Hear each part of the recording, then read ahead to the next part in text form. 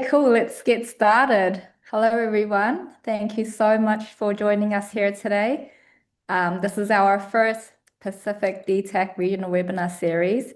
My name's Louisa, and I'll be your host this afternoon. For those of you who have not heard about DTAC before, this is the Digital and Technical Assistance Centre that's funded by the New Zealand Ministry of Health to help support our Pacific nations with digital health and supply chain solutions. So on that note, I'd like to take this time to thank the New Zealand Ministry of Health for their ongoing support and for making this webinar series possible. Next slide, please, Kath. So before we start, we'll just go through what this webinar series is about. Last year, if you can go to the next slide, Kath. And then we'll go back to this one.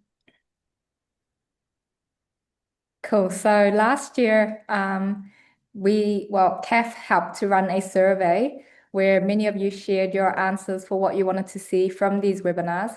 And so because you responded, we listened, and these are the results of the surveys. So we'll be aiming to tackle the top 4 topics throughout this series.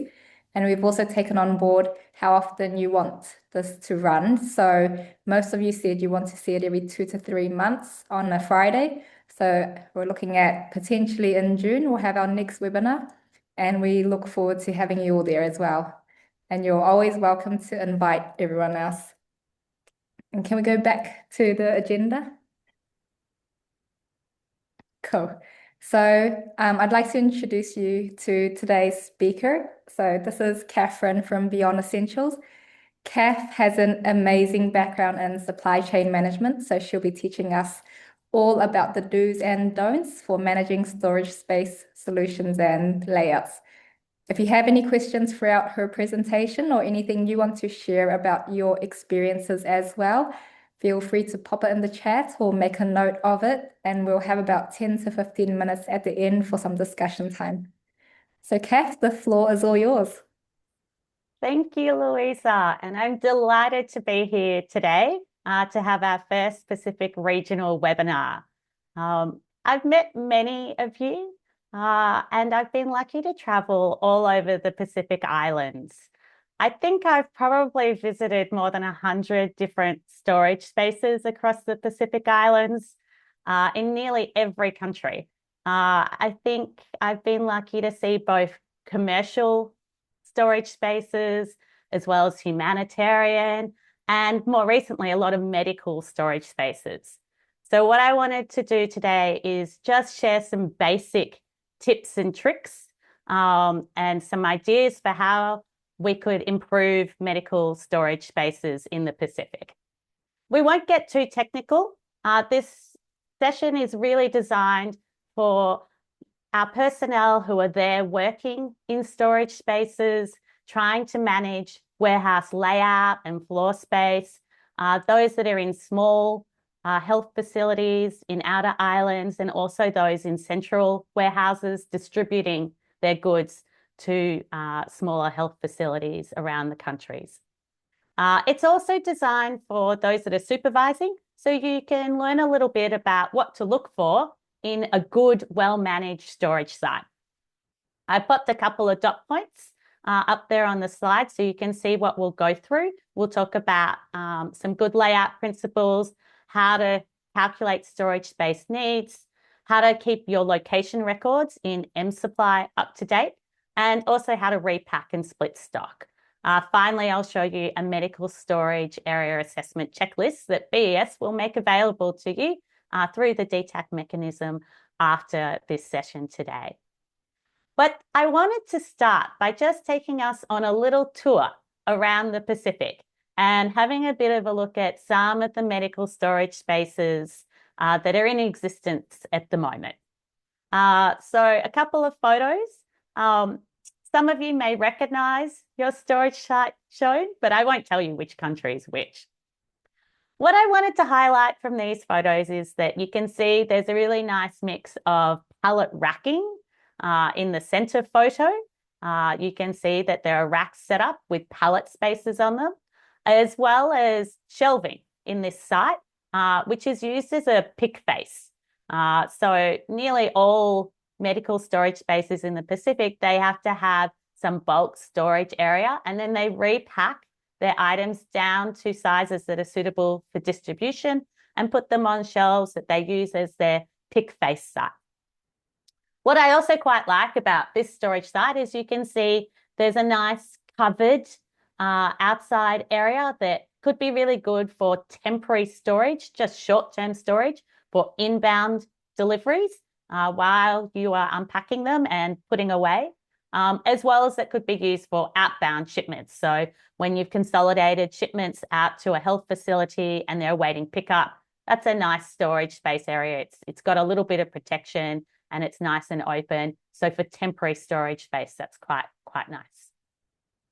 Let's take a look at another one.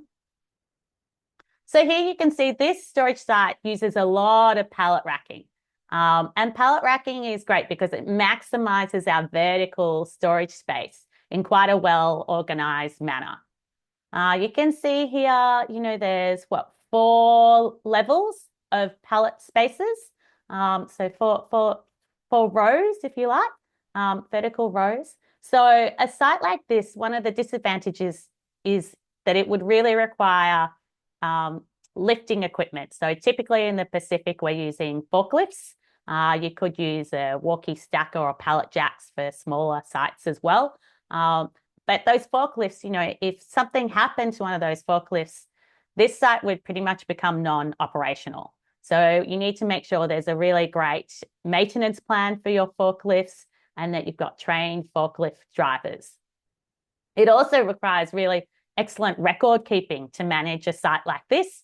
You can't just climb to the top of the 4th pallet site to check what's in the boxes because your records are inaccurate. Like, it's a lot of effort to do that and it's unsafe to climb. You need to get the forklift and bring the goods down to check them. So you need really strict record keeping so you don't, so you know what is kept where, because it's difficult to just go and check it. Let's look at another site here. Again, this is a really great example of where you've got open floor space. They're not using pallet spaces here, but they've used bulk open floor space behind the shelves to maximize their use of the storage space. And then as they are needing the items, they've got some shelves here, which they're using as their pick face. You can see that they can unpack from the box, put the items onto the shelves and use that as they're picking and preparing the deliveries to go out to health facilities and health centres. Here's another good 2 photos on our tour around the Pacific medical storage sites. We can see here, what I like about these ones is that the working space is really, the desk is set up, and here on the left with the computer and everything, it's set up within the storage space. So when, the staff are working in the storage space, they have easy access to their computer records. And they also have great visibility of the storage space. So that enables good supervision. So whenever these storage areas are open, somebody is sitting there at the desk or within the storage space, and there's no unauthorized movements. Nobody's coming in and taking stock without it being properly recorded, because your working space has good visibility of your storage site. So that's certainly a principle that I recommend for everyone. Here you can see these sites are really well labeled. So the one on the left, they've actually used magnetic little labels, so they're easy to move around. And you can see each site on the shelf has a distinct label and a location label. So if you were a stranger and you were coming and working in this storage site, you could pretty quickly be able to say, oh, okay, these are the items stored at 51014A. Like, you don't have to be trained in that particular site. Someone else could come along and really easily do a stock check or be able to find items if the records are nicely kept accurate and all the labels are very clear to anyone that enters that storage site. The one on the right, you can see they've just used a bit of sticky tape and some marker But again, it makes it really easy to say, okay, all the stock here on this shelf here and at this location is E11. So really nicely labeled storage site and clear for anyone else to come in and work within that storage site without a great deal of training because of the location labels. Finally, I just wanted to show you some smaller health facility storage sites. These are both pharmacy sites, and you can see even though they have a small amount of stock, it's kept really well organized. And in this case, you know, you wouldn't even need to do location labels if you could very easily store the stock here by alphabetical order or by formulation. But again, these are really great examples of quite well organized and very clean storage areas.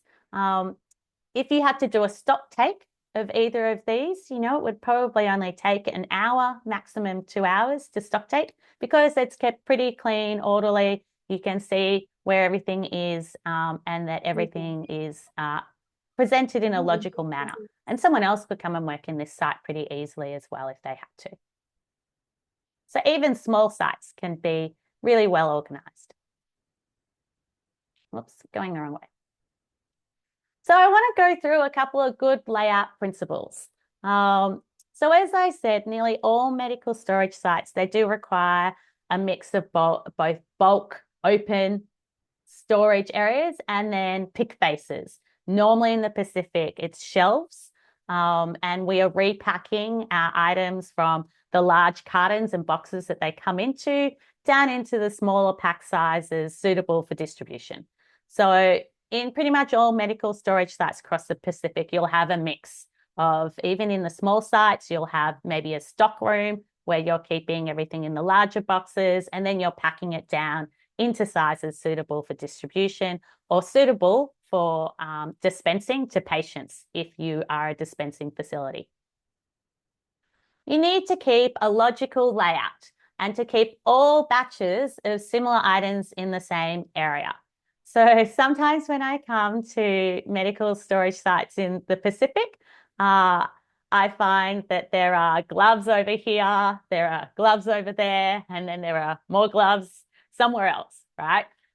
So when you're thinking about your layout, try and plan it and design it so that all your gloves are kept in one area. All your sutures are in one area. All your liquids are kept in another area. And plan your layout logically so that you can accommodate that. That really helps that when someone is asked to dispatch some gloves, they can go, they know this is the gloves area and all the locations for gloves are there and that they haven't forgotten their gloves somewhere else. So try and keep a logical layout. Try and keep all similar items in the same area, and then also try and keep all your batches, so all your different batches of the same product in the same area as well. Do consider throughput and ease of access for your heaviest, fastest moving and closest to expiry goods. I know I'm pretty lazy, and in the Pacific, we are often doing a lot of manual labor and a lot of physically moving goods around. And because I'm pretty lazy, I like to keep the heaviest goods closest to the door. So that's something to consider, that I don't have to carry them so far, especially if I don't have a forklift or a pallet jack available to assist me. But you might also want to consider, you know, keeping your fastest moving items. So the items that you're always picking, try and put them, you know, on the corner spots of shelves, you know, where you're walking past them all the time. So you don't have to travel, you don't have to walk to the furthest part of the storage site to get something that you're dispatching every single day. Try and design your layout and consider in a way that considers your fastest moving goods are easiest to access. And also consider your expiry. So, you know, you should be walking your storage site at least once a month and going through it and saying, how can I improve it? What can I move around? And you should be reviewing your close to expired report and your expired items reports and saying, oh, yep, these items are soon to expire. Let's bring them to the front, make them easiest to pick and easiest to access, so we're not accidentally picking stock that has a long expiry on it ahead of those that have a short expiry on it. This, you all know, is called following our FIFO principles, our first expired, first out principles of distribution. So try and plan that every month. Review your storage site and see if there's any items that are batches that are closer to expiry that you need to be bringing to the front of shelves and pick sites. Do clearly separate your batches and your items. Sometimes when I come to storage sites in the Pacific, I just find that there are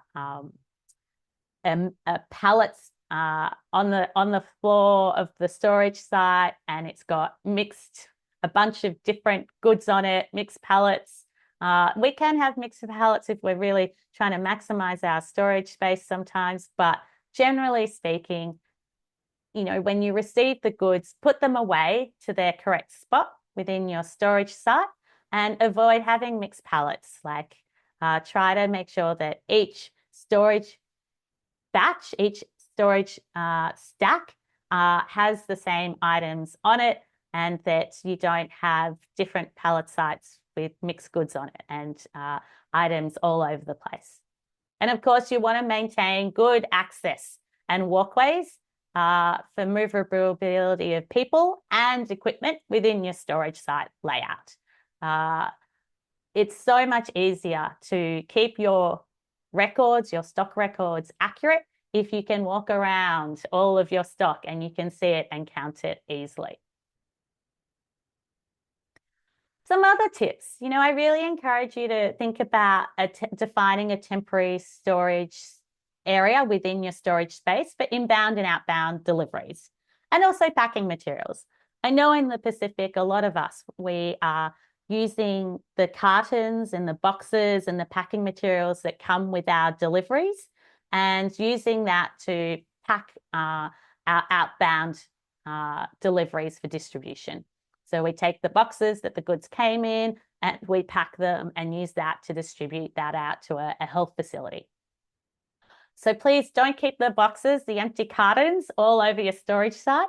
It gets very messy very quickly. Like define an area within your storage site where you're keeping your packing materials. And likewise for your inbound and outbound, have an area where the goods first receive and that you temporarily store them for a short period while you're waiting to put them away in their correct spots. And likewise for outbound. Do use uniform bonded stacks for bulk items. Again, I stress I'm a little bit lazy. It takes just as much effort to manually unload a truckload of goods and put them everywhere in a messy order as it does to put them away neatly and correctly in an orderly manner. So what I mean by a uniform bonded stack. So there's a little picture there on the right-hand side. You can see the difference between bonded and an unbonded stack. So if you had, say, a delivery of 18 boxes or cartons, what you should do is put the first layer of 6, let's say 6, down, put them down first on top of your pallet, then put another layer of 6 going the other way, and then another layer of 6 going the other way. That gives you a nice, neat stack of 18 items. And then when you unload the next one, do it the same, 6, 6, 6. So that when you come to doing your cycle counts or your stock takes and checking your stock, as you should be doing every week, there's 18 boxes of the product here, 18 boxes of the product here, 18 boxes of the product in the next stack. You don't have ununiform stacks. Everything is consistent. It makes life so much easier to count. And it's the same effort to put it down and pack it away nicely as it is to do a higgledy-piggledy, all over the place, different size stacks. Do maintain a safe stacking height of 2 meters. So generally, you should never be stacking stock higher than 2 meters. And the reason for that is, the cartons and the boxes at the bottom of the stack won't be able to withstand the weight of those that are sitting on top of them. They can collapse. That can cause damage to people. damage to the stocks, can cause spillages, and can be really quite dangerous. So in the Pacific, we're often working in very hot and humid environments. The stock can be exposed to a bit of rain during transit. So your boxes can get a little bit wet. So you really want to make sure you are sticking to a safe stacking height below 2 meters, so that we're not having spillages and collapsing stacks within your storage site.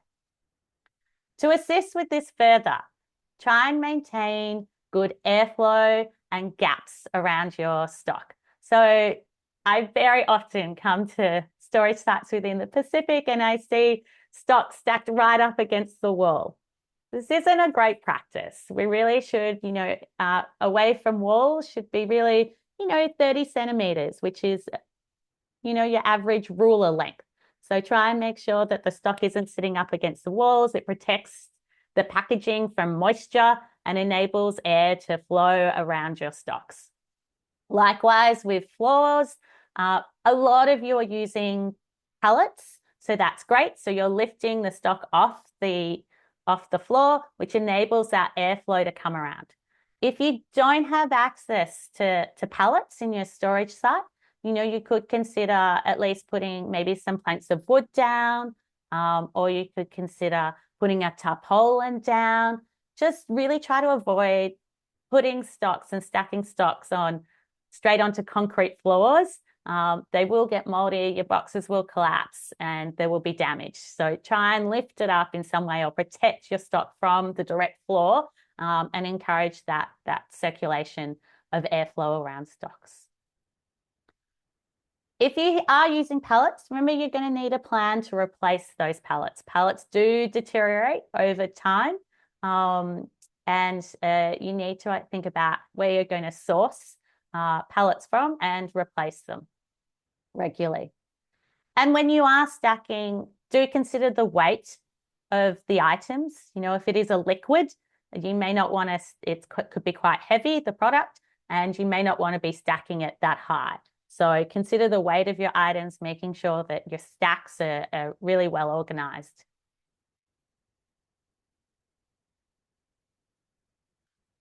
Remove expired, damaged, and unneeded excess stock quickly. Many of the storage sites I've visited across the Pacific, they're smaller than what's needed. Very unfortunately, a lot of us are working in really limited storage spaces. So you really want to remove anything that is expired, anything that is damaged and can't be used anymore, and identify any excess unneeded stocks and develop a disposal plan for it and clear it out of your storage space so you can use your valuable storage space for items that you do need.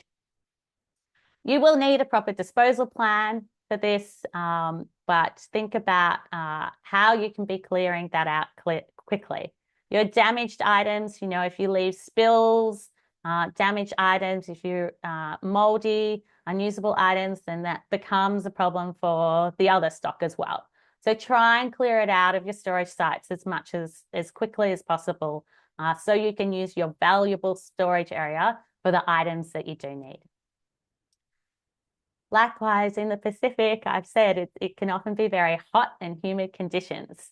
So we know we have some particular products that have to be maintained at cold chain temperatures, typically between 2 and 8 degrees. You should have your walk-in fridges or your medical grade fridges where you're keeping those items. You should also be making sure that in transit, those products that need to be kept at cold chain are packed appropriately, and you have temperature trackers on them. But something a lot of us forget is also to consider our product that is shelf stable and kept just in a regular storage site. What temperature is that at? Particularly if you're, say, using former shipping containers and setting shipping containers up for storage. And if you don't have any air conditioning in your regular storage site, those temperatures can get high in the Pacific. So you could use one of your cold chain temperature trackers and just put it in your regular warehouse and check what temperature is being reached in those storage sites. You know, if we are reaching temperatures in excess of 30 degrees and our products really need to be kept at shelf-stable temperatures of around below 20 degrees, that's going to be a problem. Our product is not going to retain its effectiveness. Its tablets can deteriorate at high temperatures, and it can become a problem when we're, distributing those sorts of goods to patients. So monitor your ambient regular warehouse temperatures and storage site temperatures as well, particularly those that are using shipping containers that are not set up properly as storage sites.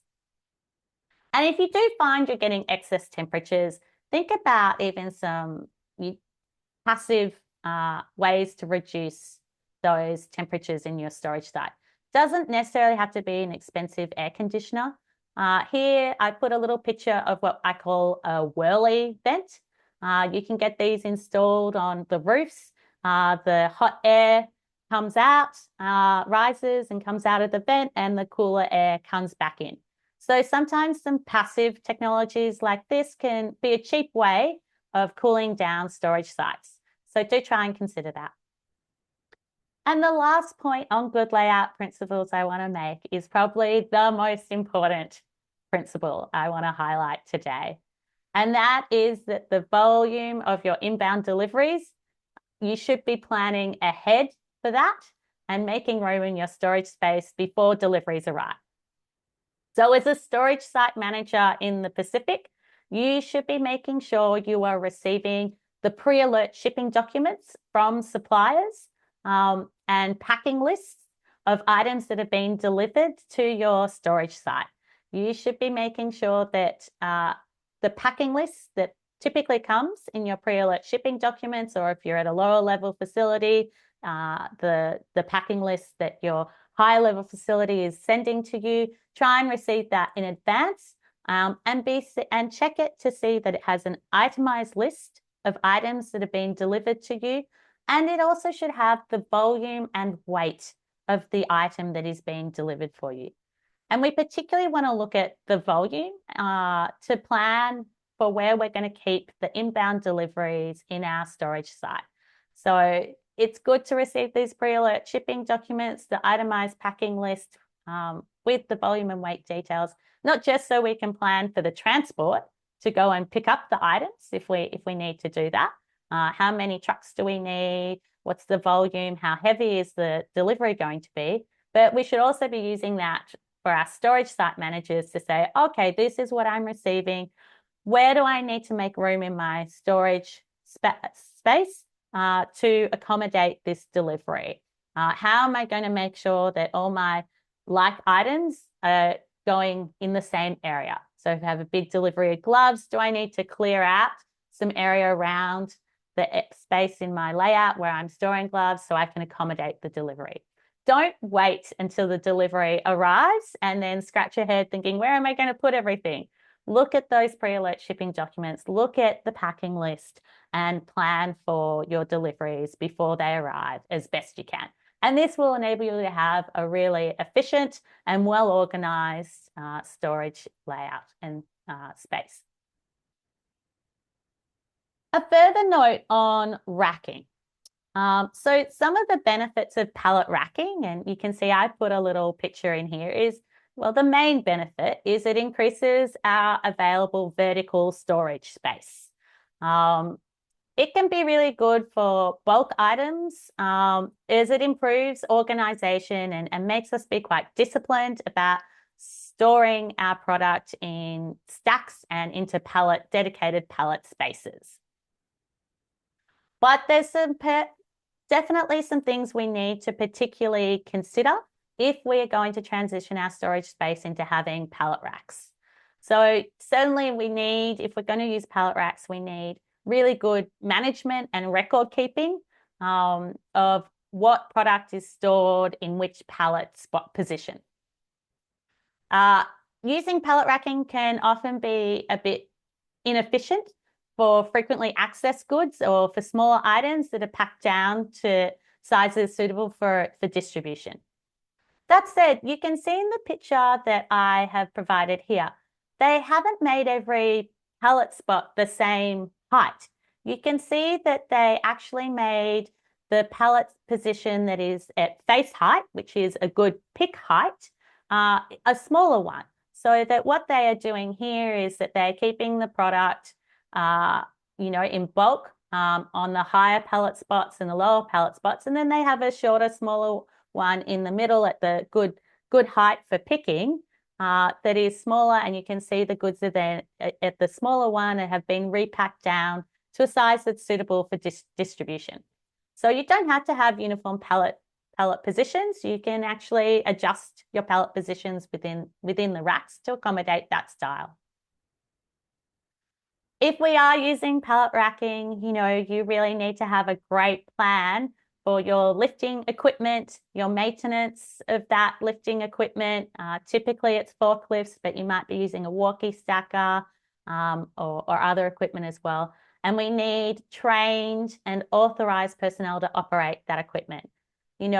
Having untrained forklift drivers that don't know how to calculate the weight of a load and have accidents as a result of overloading is no joke, and it's serious business.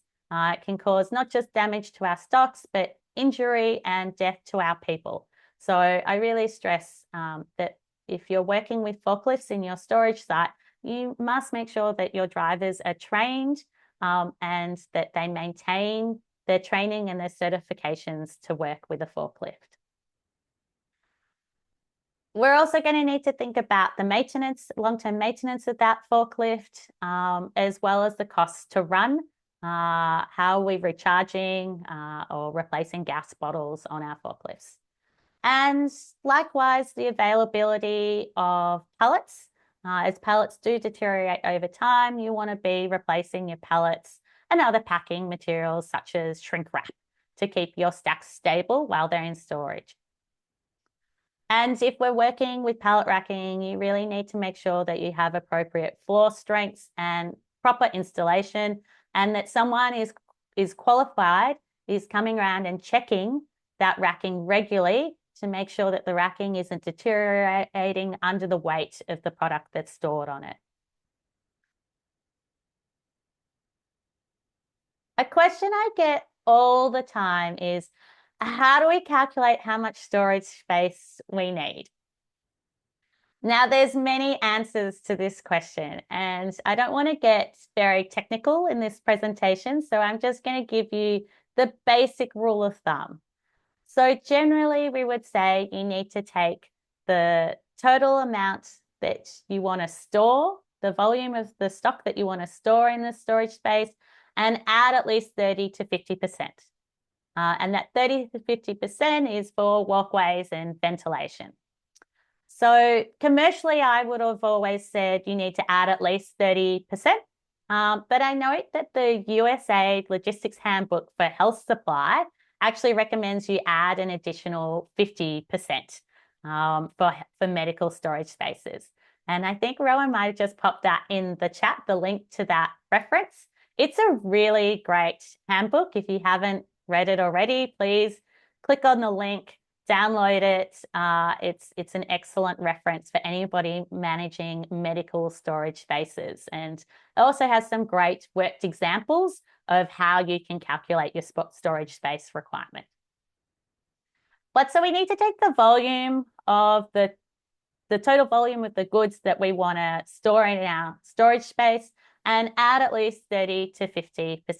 So firstly, how do we calculate volume? Volume is simply length times width times height. And that produces our cubic meter volume.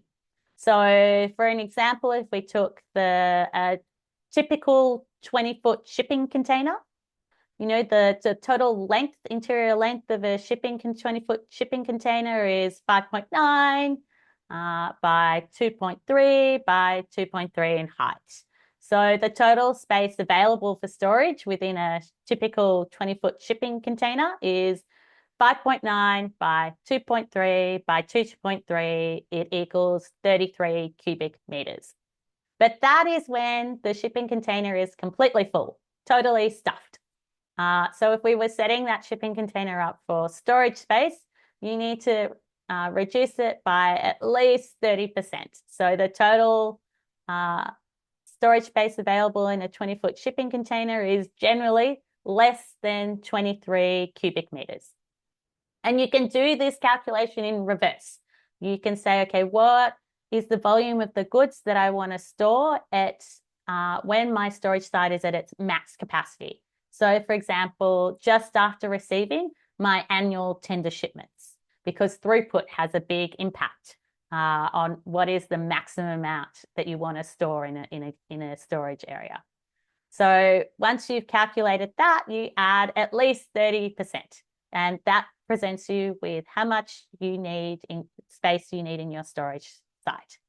So there is no getting away from, the first question, which anyone will ask when you say, how much storage space do I need?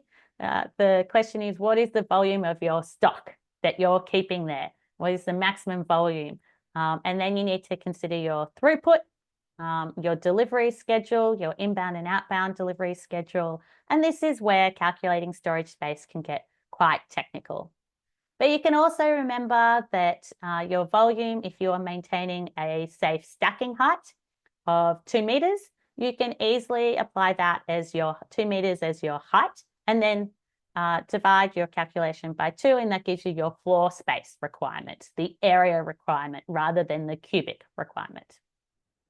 We could do a whole dedicated session on how to calculate storage space requirements, but I hope that gives you just a little bit of insight for doing some basic calculations, particularly on your volumes of when you have an inbound delivery and perhaps you're receiving 30 cubic meters in total. So you can do that calculation of how much space you need to make available in your storage site to receive that delivery. It's going to be at least 30% more than that. Most of us that will be watching this presentation and listening today, you will be using mSupply as your logistics management information system. So I wanted to talk a little bit about how we record locations in mSupply. And hopefully most of you already joining today are already doing this.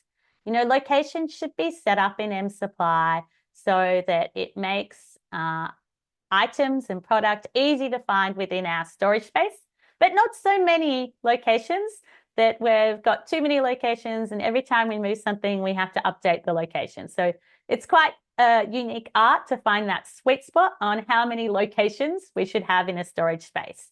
But you want to find that nice sweet spot. Is my location set up so I can easily find my items within my storage site, but not too much that I'm always updating the location field? Setting up the locations in mSupply is really easy. You simply go to your Items tab, you click on the Locations button, and then there's a big New Locations plus button, and you can add your locations. You want to set up your locations with a logical naming system.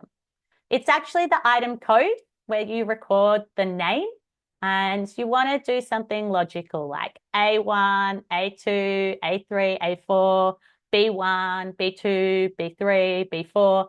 And then if you then want to run a report or do a search for items, you can simply ask any of the filters in mSupply, return me all the locations that begin with A, for example. So try and get a logical naming system to your locations. And then you should be checking at least once a month. You should go through and make sure that every batch has a location recorded in mSupply. Now, you should be doing that regularly at your goods receipt. So when you receive deliveries, you will be processing a goods receipt in mSupply. And what you want to do is in that goods receipt, fill in the location field so that you know where the stock has been received to. You can set up a temporary location like a temp in and a temp out location so that when you first receive the goods, you can receive it into temp in location. And then as you put away, you can update the location field for your stock as to where you have stored the item within your storage space. To regularly check that all your item batches in mSupply have a location recorded, again, it's really easy. You should go to reports, you should go to current stock, and run your current stock report, filtering the report by shelf location, and use the report format, show each batch separately. You can see on screen, I've done a little example of what that looks like in Excel. So export the report to Excel, and you can easily see, you can filter the report by location, and you can see those stock batch lines that don't have a location recorded. They are the ones that are blank. So in this example, the water for injection, it doesn't have a location. So you should be going and searching for water for injection in your mSupply and updating the location field by simply going to the opening the item details window, click on the stock tab, and then update the location field so that every batch line in your current stock has a location recorded in mSupply. The benefits of recording locations in mSupply are many, but just a few of them. It makes it easier to find our stock. It assists us to ensure that when we're picking stock, we're following FIFO principles, our first expiry, first out. You know, mSupply, when you issue stock, will always tell you to pick automatically the items that are going to expire first. So having that location recorded assists us to do that. It definitely makes doing stock take and cycle counts easier. If you have ever come to a storage site with no locations set up and someone has said, please stock take this stock, this storage room, and you don't have any locations, it's almost impossible. It can become a total nightmare.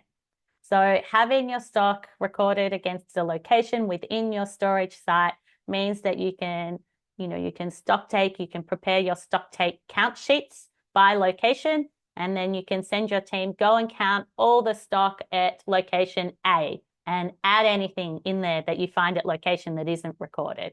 Then you can send another team to go and stock take all the items at location B, and likewise. It makes it so much easier when you have your locations recorded. Likewise, for doing a cycle count, it's much easier if you have the location recorded. If you're on a weekly basis, it's your job to go and check 20 random items and make sure the stock records are correct and accurate. You can ask mSupply to do your stock take for 20 random items and print a count sheet that has the location of where that stock is to check. If you don't have a location, this can become really difficult and almost impossible to perform correctly. And of course, having locations in mSupply helps us keep our storage sites well organized. Someone who is unfamiliar with your storage site can go in and can instantly be able to pick stock because they can see the locations and where everything is recorded. It would be great if you can pop in the chat, those of you that have joined us today, do you have locations set up in mSupply? And I'm hoping you all already have your locations set up in mSupply for all your storage sites.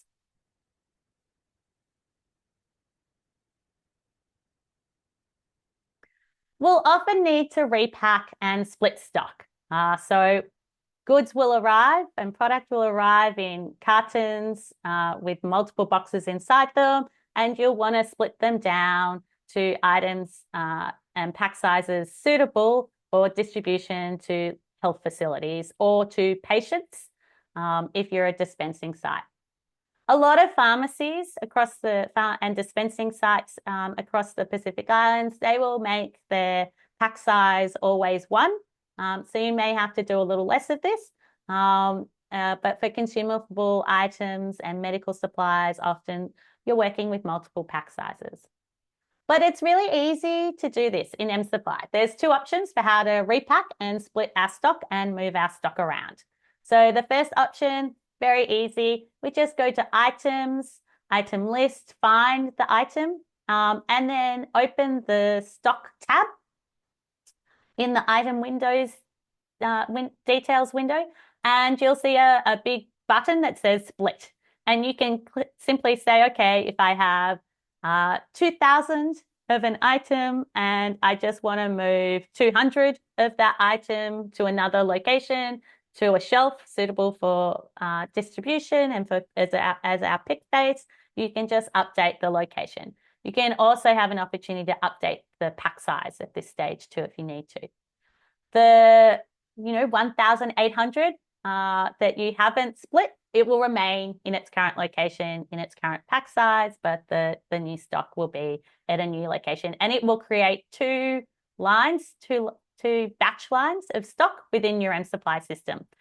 The 1,800 that was initially there, and then the 200 that you've moved to a new location.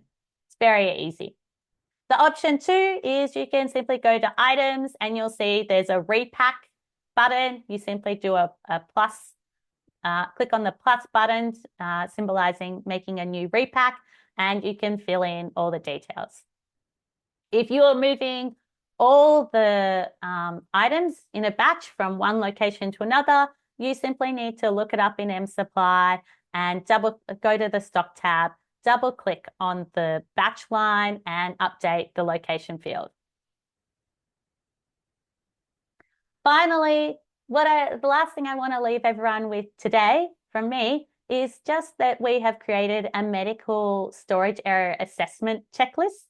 Some of you might have seen this already, but we'll also make it available to everybody after this presentation, and we'll circulate the details of the recording as well, along with this medical storage area assessment checklist. It's quite a long checklist, so please don't be overwhelmed by it. But it's something and a tool that you could use perhaps on an annual basis to go through your storage area and see if you're meeting all the good practices for a well-managed medical storage site in the Pacific. So you can tick yes if you're meeting it, you can tick no if you're not, you can add comments. And while you certainly may not meet everything, all the good principles that are identified in the checklist, it might help you identify a plan for key areas that you do want to improve. So we'll make that available to you after this session.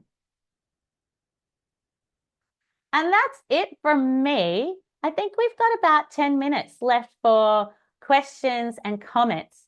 I hope that today I've been able to go through a couple of good tips and get your minds thinking about how you might improve your storage space. We've talked about some good layout principles, how to calculate storage space requirements, how to keep our location records in mSupply up to date, and how to repack and split and move stock between locations as well. So I hope that's been helpful. If anyone has any comments about other things that they do to keep their storage site organized and well maintained, I'd love to hear it. And also if there's any questions as well, I'll hand back to Louisa to facilitate our Q&A. Thank you, Catherine. That was amazing. Such a good presentation. Opening the floor to everyone. Do any of you guys have any questions?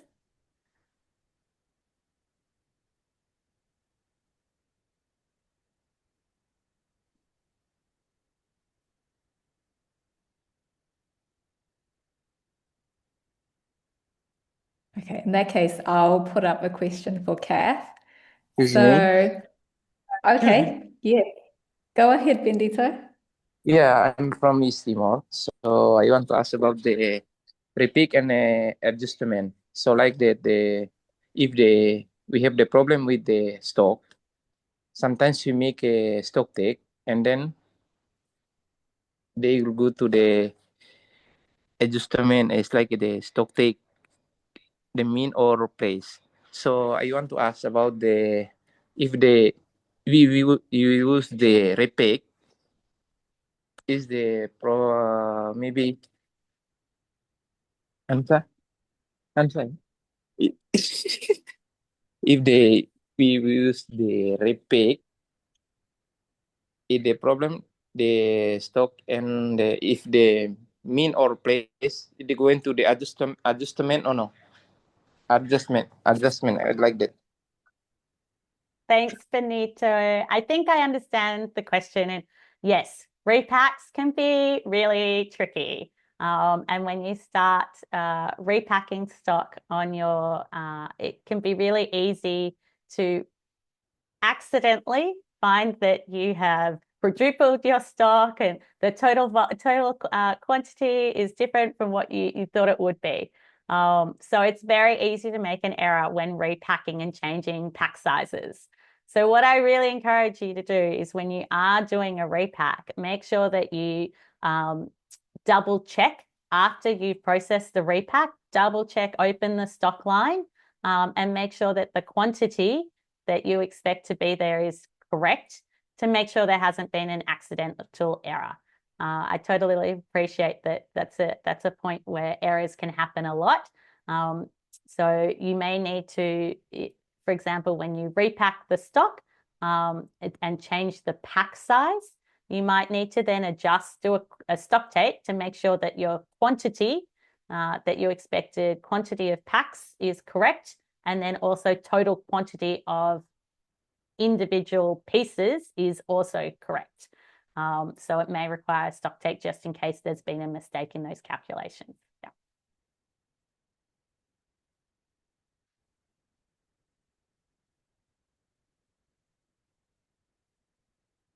Okay, thank you.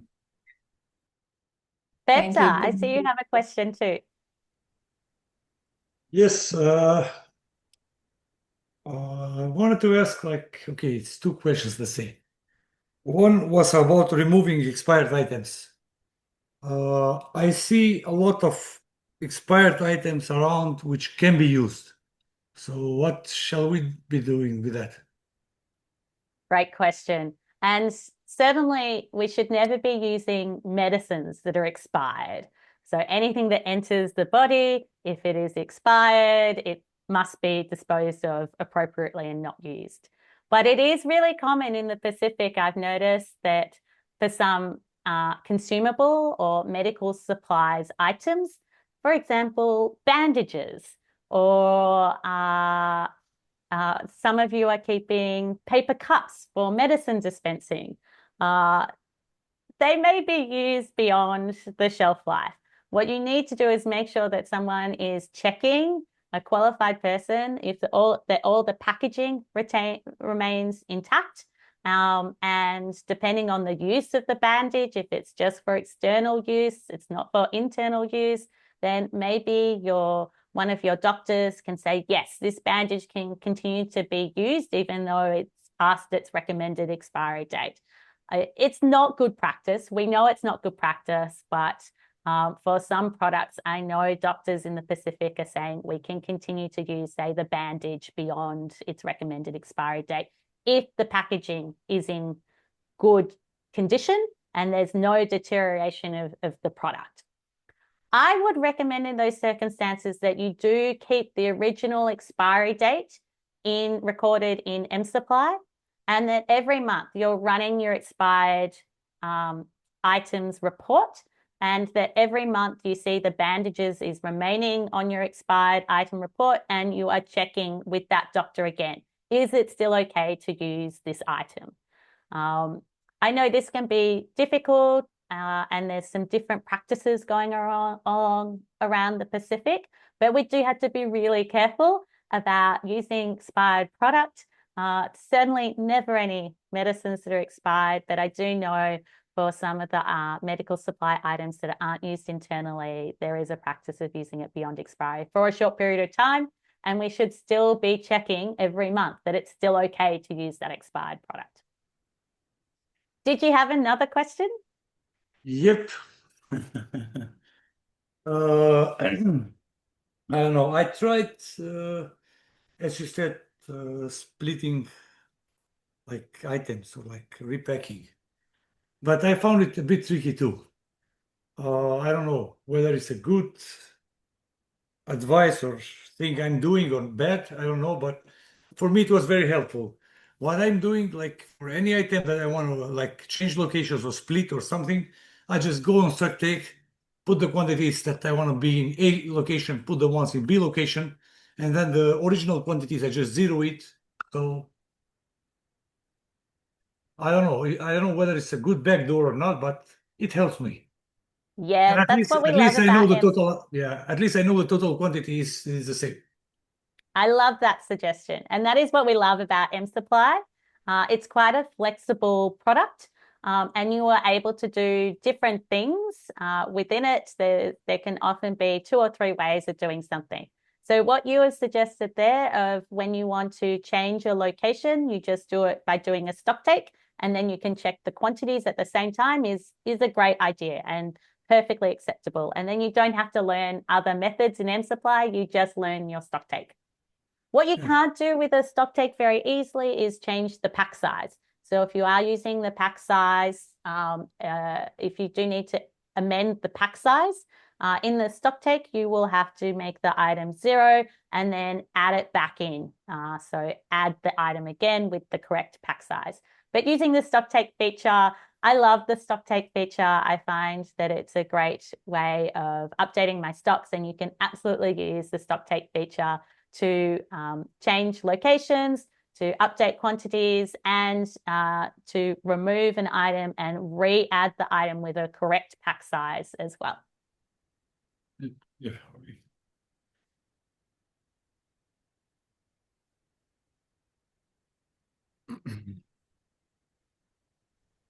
Thank you, everyone. It looks like there's a couple more questions in the chat.